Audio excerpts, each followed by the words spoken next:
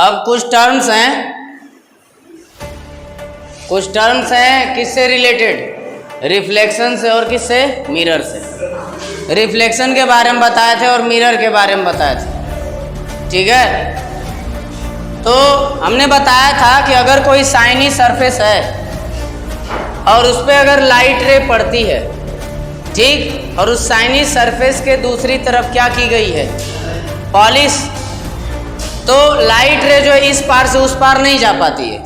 जब इस पार से उस पार नहीं जा पाती तो टकरा के क्या करती है, वापस आती है। इसी इंसिडेंट को, इसी घटना को हम क्या कह रहे थे, रिफ्लेक्शन।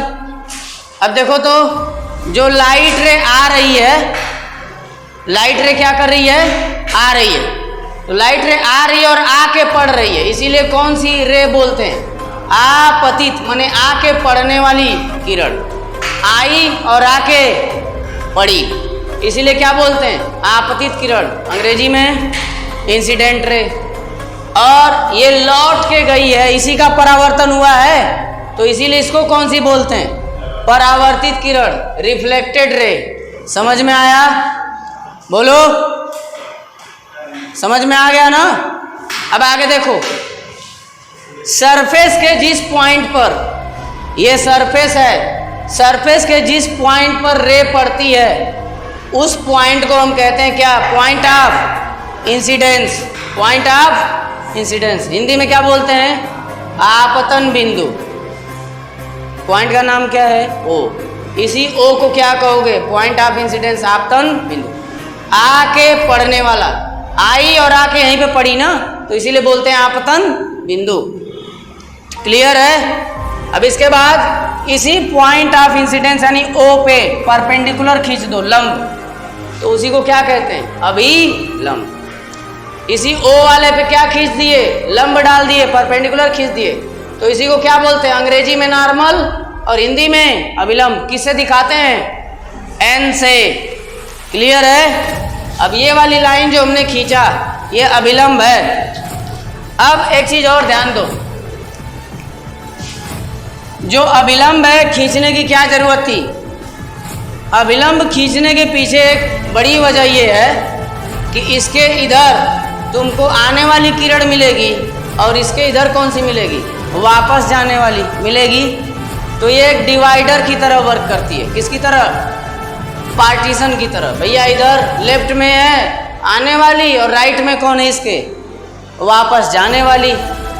एक बात हमेशा याद रखना, हमेशा एंगल जब लेते हैं तो ये वाला मत पकड़ लेना, ये वाला मत पकड़ लेना।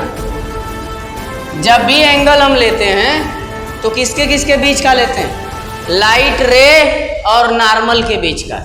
यही रे है और ये नॉर्मल, तो यही एंगल लेंगे।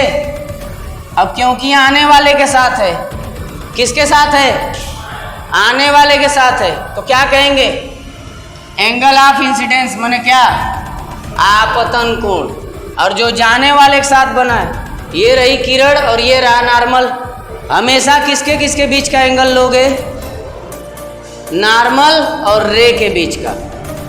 तो यहाँ भी ये रही रे, ये रहा नॉर्मल एंगल, ये रही नॉर्मल और ये रे, दोनों के बीच का क्या, एंगल। तो जाने वाला है तो इसको क्या, आर से दिखाते हैं, क्योंकि रिफ्लेक्टेड वाला है ना, तो किसे दिखाते हैं, आर से। इंसिडेंट वाला था इसीलिए किसे दिखा रहे थे, आई से। रिफ्लेक्टेड वाला था इसीलिए किसे दिखा रहे हैं, आर से। ठीक है, इसको क्या कहते हैं, एंगल ऑफ रिफ्लेक्शन, हिंदी में परावर्तन कोण। क्लियर है। हाँ, आने वाली किरण अभिलंब के साथ जो कोण बनाती है उसे क्या कहते हैं, आपतन कोण। लौटने वाली किरण अभिलंब के साथ जो कोण बनाती है यानी आर, उसको क्या कहते हैं, परावर्तन कोण। जिस पॉइंट पे रे आके पड़ी उसे क्या कहेंगे, आपतन बिंदु। आने वाली रे को क्या कहोगे, इंसिडेंट रे, आपतित किरण। जाने वाली को क्या कहोगे, रिफ्लेक्टेड रे, परावर्तित किरण। क्लियर है।